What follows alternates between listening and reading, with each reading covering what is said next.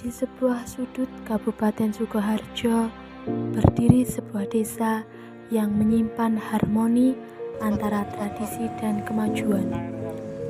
Desa Purbayan dengan alamnya yang menenangkan dan masyarakatnya yang bersahaja menjadi tempat di mana budaya, sejarah, dan semangat hidup berdampingan secara alami. Dalam video ini, kami mengajak Anda menyusuri berbagai sisi dari Desa Purbayan, mulai dari kepemimpinan desa, warisan sejarah, hingga geliat ekonomi masyarakat yang menghidupkan desa dari hari ke hari. Perjalanan ini kita awali dengan mendengarkan langsung dari pemimpin desa, Bapak Kepala Desa Budi Srianto, yang akan menceritakan gambaran umum serta kondisi terkini dari Desa Purbayan.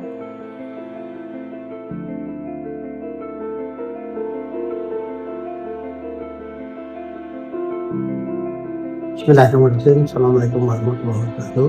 Perkenalkan, saya Budi Srianto, Kepala Desa Purbayan, periode ketiga, Kecamatan Bagi, Kabupaten Sukoharjo. Selamat pagi, salam sejahtera bagi kita sekalian.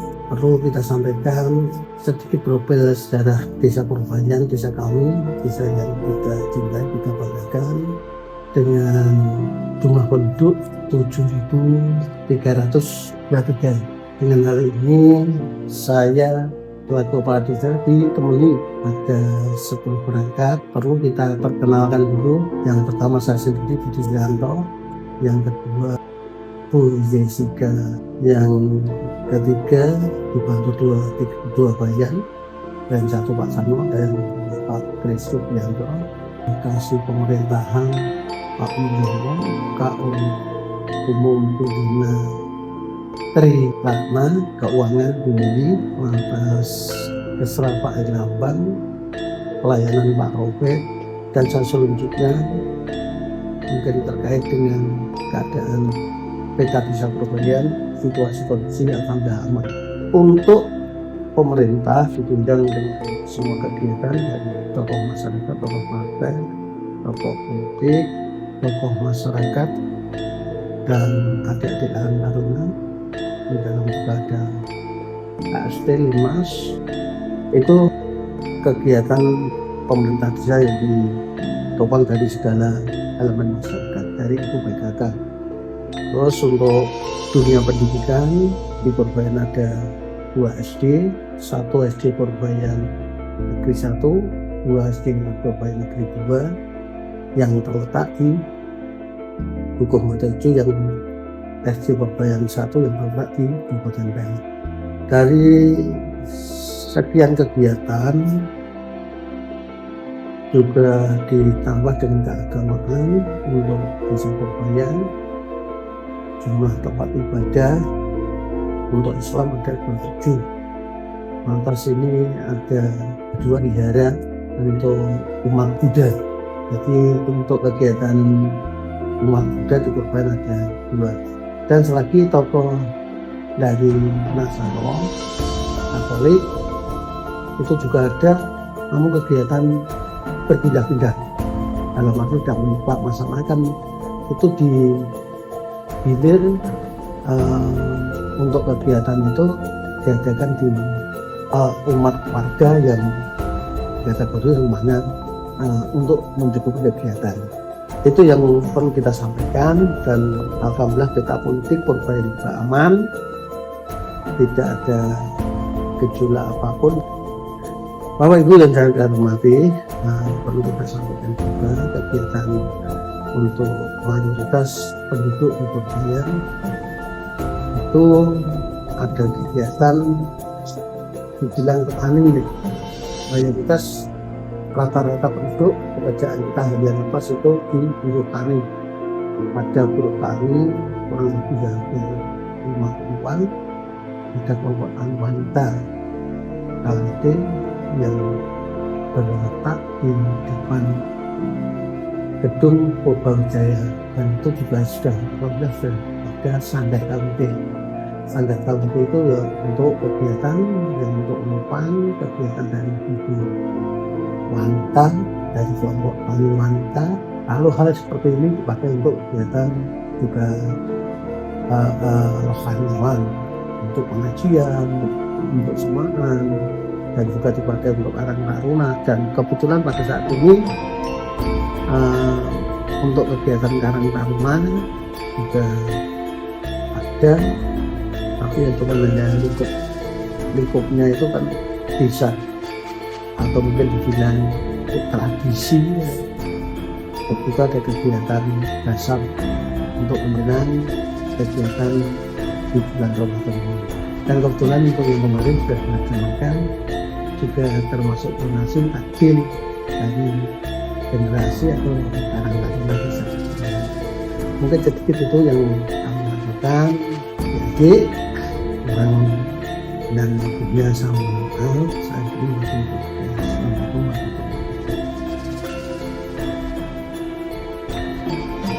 Setiap desa tentu memiliki kisah asal-usul yang menjadi fondasi identitasnya. Sejarah bukan sekedar catatan masa lalu, tapi cermin nilai-nilai yang membentuk karakter warganya. Di Desa Purbayan, warisan sejarah ini masih dirawat dan dihargai menjadi pijakan untuk melangkah ke masa depan.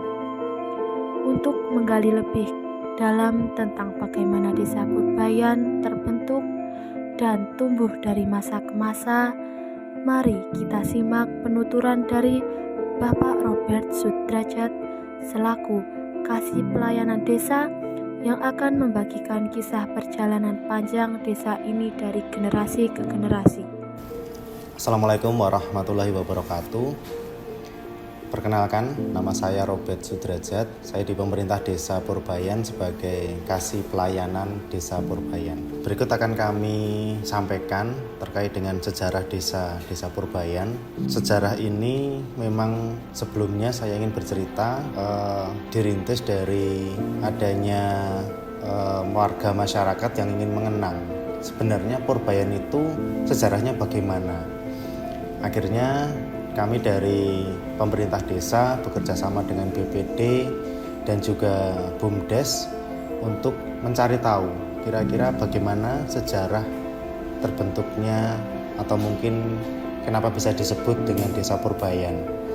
Kami mengulik dan mengulas dari tokoh-tokoh masyarakat yang ada di Desa Purbayan, kemudian kami rangkum dan kami mohon petunjuk terkait dengan sejarah desa tersebut. Akhirnya pada tahun 2022 kemarin kita mengadakan grebek yang pertama kali yang memperingati hari jadi Desa Purbayan ke-74. Jadi tahun 2022 kemarin 74, kemudian 2024 kemarin kita mengadakan grebek, jadi kirab budaya satu hari yang dilaksanakan pada sore hari. Alhamdulillah antusias dari masyarakat juga luar biasa untuk menyambut grebek Desa Purbayan. Kemudian di tahun 2023 kita melakukan peringatan hari jadi Desa Purbayan ke-75.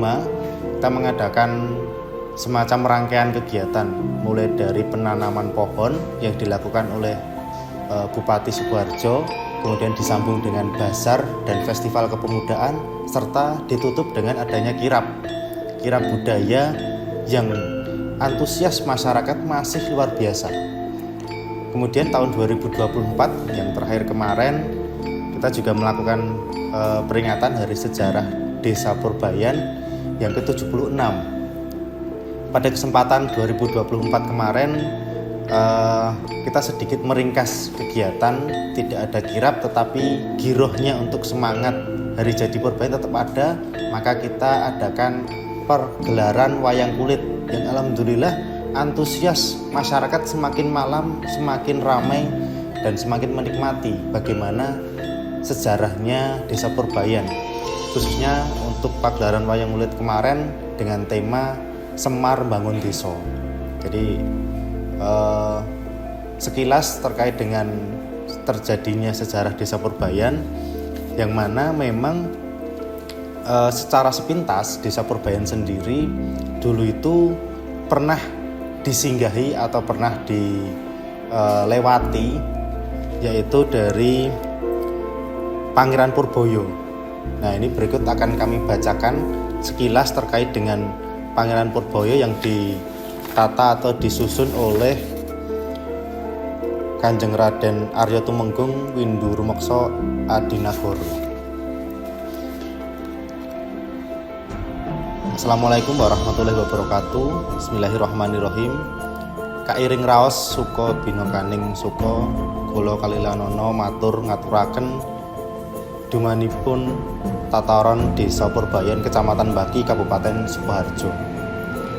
Sesanti raos syukur alhamdulillah birabbil alamin, kula badhe ngaturaken dumadinipun dukuh-dukuh tataran wewengkon Desa Purbayan kanthi awewaton wasiat Pangeran Purboyo utawi Gusti Purboyo putra sinuwun Kartosuro sinuwun Amangkurat setunggal utawi sinuwun Puger putra Pambayun sinuwun Panembahan Senopati ing Karaton Mataram Islam. Sinuwun Katoron Kraton Kartosuro peputra cacah kalih pisan putra angka setunggal Gusti Purbaningrat kekalih Gusti Purboyo utawi Pangeran Purboyo. Nah, riwayatipun Gusti Purboyo wiwit alit demen prihatin bentur tapa saben dinane betah luwe utawi poso. Anggenipun bentur tapa ape payung kawilujengan nyuwun wonten ngarsanipun Gusti Allah ingkang Maha Gusti utawi Maha Agung ingkang antipaya jagat. Nah, ngancik diwasanipun Pangeran Purboyo kasinuwunan wahyu pulung karaton langgeng kados eyang buyutipun swarga Ki Ageng Srimapurung Prabu Handayaningrat ingkang sumere utawi dipun sarehaken wonten ing dukuh Malangan Pengging. Masyarakat umum Kyai Ageng Simakurung Prabu Handayaningrat kinastan Ki Ageng Pengging sepuh. Nalika sugengipun Kyai Ageng Srimapurung Prabu Handayaningrat ugi bentur tapa utawi prihatin nyuwun wahyu pulung kraton langgeng wonten ngarsanipun Gusti Maha Nusa. Murih putra wayahipun saged jumeneng nata utawi nalendra winastan Ratu Langgeng. Ringkesipun Wulandara Kyai Ageng Srimapurung Prabu Handayaningrat anggenipun tapa ngancik dinten malam Selasa kliwon wanci jam 3:30 menit bangun wonten wahyu tumurun cahya biru kinastan wahyu pulung karaton langgeng. Ringkesipun crita Kyai Ageng Srimapurung Prabu Handayaningrat dipun panggihi Kanjeng Sunan Kalijaga. Lajengipun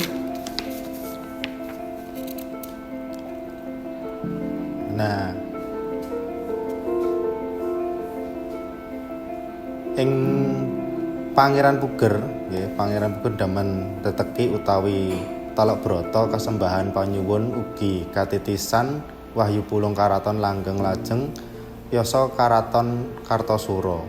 Nah, ndek wau peputrane nggih kalih nggih Gusti Purbaningrat kalian Pangeran Purboyo. Nah, Pangeran Purboyo niki anggenipun bentur tapa langkung linuwin katimbang kang masipun. Ya. Nah, Pangeran Purboyo niki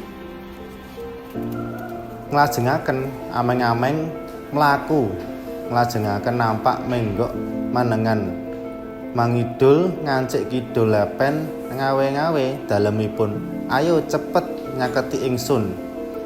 Nah, kalian ameng-ameng utawi mlampah kene besok dadi desa Ngawen. Desa dareng Pak Pangeran Purboyo niku wau ngawe-ngawe. Ning daerah niku ngawe-ngawe dadi desa Ngawen. Kidul desa mangetan telase desa Penggok mangiwa dumugi prapatan dugi tengah dusun. Kraos sayah sinambi dahar pisang raja sinambi lelanggahan Gusti Purboyo dawuh aku golekno bayu. Sendika Gusti mlaku mangidul prajurit loro wau pikantuk wonten ledhokan toyanipun bening. Wangsul diaturaken Gusti Prabowo, Gusti Purbaya karo dangu ngenti iki mau doyanipun wonten ledhoking Gusti. Ing semono uga rejane jaman dadiya desa ngledhok, dadi desa ngledhok. Sampun ngunduh lajeng dawuh ingsun asep ajrep siram jamas. Lajeng anggenipun dipun cengtelakaken wit metir utawi mlanding. Dene sandingipun kagem siram jamas wonten sumur. Sumur kodrat menapa didamel tiyang boten mangertos Gusti Purbaya. Wangsul ngagem busana Pangeran Purbaya rejane jaman dadiya desa tempel. Jadi di desa tempel ada sumur. Nanti mungkin bisa diliput atau mungkin bisa kunjungan ke sana. Ada sumur petilasan dari Pangeran Purbaya. Wangsul ngagem busana Pangeran Purbaya dadi desa tempel mau, lajeng boten dangu ngersakake sare wonten ing Kilen Mergi. Nah, aku golekno bantal di dalem kalih ngupaya bantal laku mangulon pitakon bata ijo. Nah, dadi bata ijo diaturaken Gusti Purbaya besok dadiya papan bata ijo, dadiya desa bata ijo. Lan ing nganggo sare iki dadiya desa Purbayan yang dibuat untuk tidur, itu jadilah desa Purbayan. Pangeran Purbaya anggenipun sare cekap nglajengaken lampah mangalor dumugi desa lir utawa lor mampir pinisepuh ingkang nembing ngreseki blarek. Gusti Purbaya ngendika, "Mbah, damel menapa?" Jawabipun pinisepuh, "Anak Mas damel sawi sawah." Lajeng pinisepuh nimbali nyonyahipun, "Ni ana tamu suguhana unjukan karo krasikan ijik to." Lajeng dipun aturaken, "Monggo Mas, diunjuk nom-noman kalian prajurit kalih." Pinisepuh matur, "Anak Mas, iki sejatine sapa?" Dipun jawab, "Mbah kula baris Pangeran Purbaya, putranipun sinuwun Karaton Kartosura. Gurawalan sungkem ana ngarsane Gusti Purbaya." Jadi mboten ngertos ternyata yang mampir ke rumahnya itu Pangeran Purbaya. Lajeng sembah bekti kula Gusti, kula aturaken Gusti. Pangandika Gusti Purbaya, "Mboten dados menapa Mbah, namung kula nilar wasiat utawi pameling desa menika dadosa desa sawahan. Kalajengaken sing dene kerasian ingkang damel nyamikan iki mengke dadiya desa kerasian." Makanya desa sawan sama kerasian itu beriringan atau bersampingan.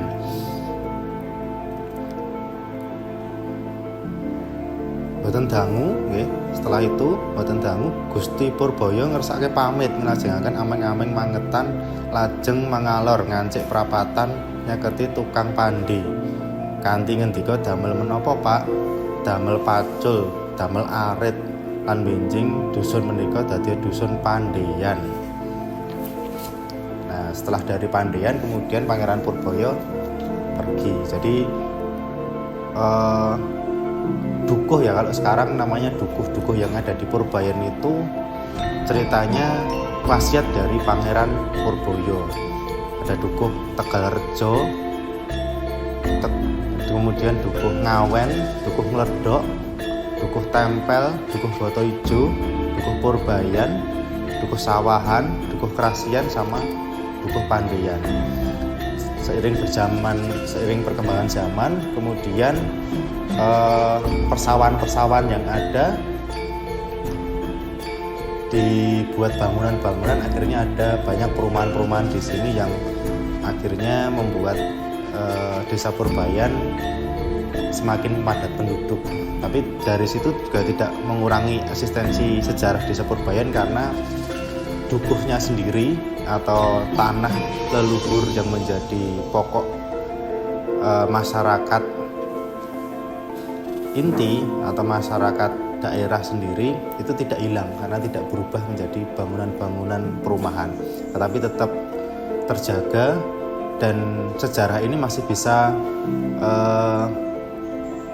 dinikmati oleh anak-anak cucu kita nanti, karena sumurnya juga masih terawat dan sekarang masih bisa digunakan. Mungkin itu dari kami terkait dengan sejarah desa. Kurang dan lebihnya kami mohon maaf. Billahi taufiq wal hidayah. Wassalamualaikum warahmatullahi wabarakatuh. Kini setelah mengenal sejarahnya, saatnya kita menengok kehidupan masyarakat desa Purbayan masa kini. Salah satu sektor penting dalam kegiatan ekonomi warga adalah bidang perikanan, khususnya budidaya ikan lele. Budidaya ini bukan hanya sekedar pekerjaan, tapi bentuk adaptasi masyarakat terhadap peluang ekonomi yang terus berkembang. Dari teknik pembibitan hingga proses panen, semuanya dilakukan dengan penuh ketekunan dan kesabaran. Mari kita dengar langsung cerita dari salah satu pelaku ternak lele di desa ini mengenai proses dan tantangan dalam menjalankan usaha mereka. Selamat sore Pak, kami dari kelompok KKN ingin menanyakan tentang proses panen ternak. Bagaimana untuk proses panennya bagaimana ya Pak?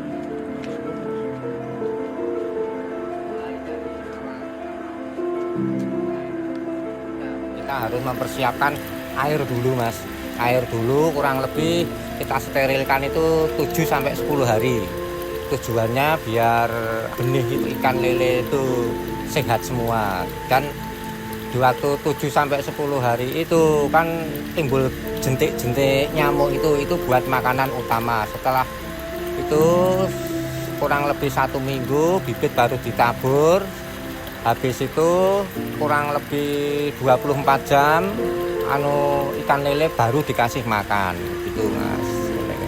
Setelah itu selama kurang lebih ya 2 mingguan Mas, 15-an hari, terus kita lakukan penyutiran dengan pakai bak, alat bak itu, alat bak penyutiran itu kita pilah, nanti yang besar sama yang kecil kita pilah lagi.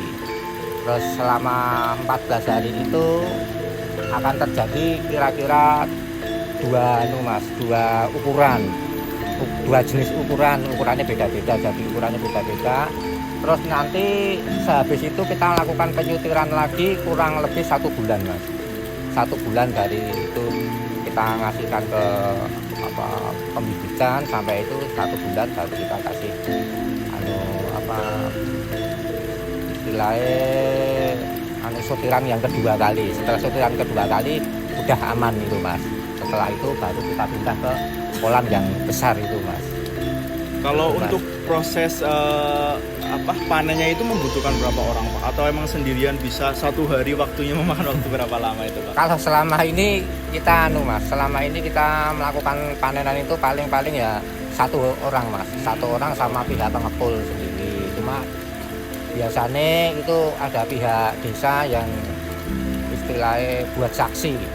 Itu permintaan dari saya Mas, permintaan dari saya karena waktu panen hasilnya biar pada tahu ini untungnya berapa, total keseluruhannya berapa dari modalnya, itu yang terjadi itu Mas.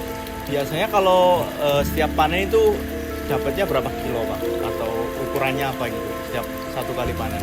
1 kali panen itu tergantung Mas, kita nabur benih itu berapa, nabur benih kurang lebih 1000 ekor itu kurang lebih kita tangkap bersih itu sekitar 80-an kilo Mas, 75 sampai 80 kilo. Itu Mas. Oh iya Pak, kalau untuk kendalanya Pak, apa ada virus atau lele sakit itu biasanya apa itu Pak? Kendalanya biasanya cuaca itu Mas, kebanyakan. Kalau kita kurang mengetahui proses-proses jenis-jenis ini, kita biasanya pengaruh di cuaca Mas. Kayak kemarin cuaca suhu panas terlalu tinggi, tahu-tahu hujan gitu pengaruhnya. Tapi dengan penanganannya paling-paling ya cuma terlalu sering ganti air mas. Kalau di kolam begini lebih enak, kalau ganti airnya tinggal kita buka peralonnya. Tapi kalau yang di kolam tanah nggak bisa gitu mas. Kalau setelah panennya itu emang udah ada suppliernya dari lele atau dari desanya nanti disebar dijual perorangan itu? Supplier mas, tapi kita juga melayani warga mas. Biasanya kalau dulu itu Sabtu sama Minggu mas. Sabtu sama Minggu di waktu panen itu kita adakan kayak seperti lelang mas. Oh lelang. Dengan harga lebih murah gitu dari harga pasar. Dengan tujuan itu swasembada pangan mas. Ketahanan pangan. Cukup itu palingan pertanyaan Iya, dari kami Pak. Terima kasih buat waktunya ya Pak. Iya mas. Terima kasih ya Pak. Sama-sama mas. Ya. Semangat kemandirian warga desa Purbayan tidak berhenti di sektor peternakan.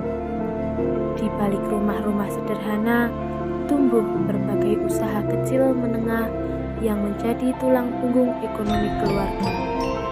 Salah satunya adalah April Souvenir Solo, sebuah UMKM yang lahir dari ketekunan dan kreativitas warga lokal.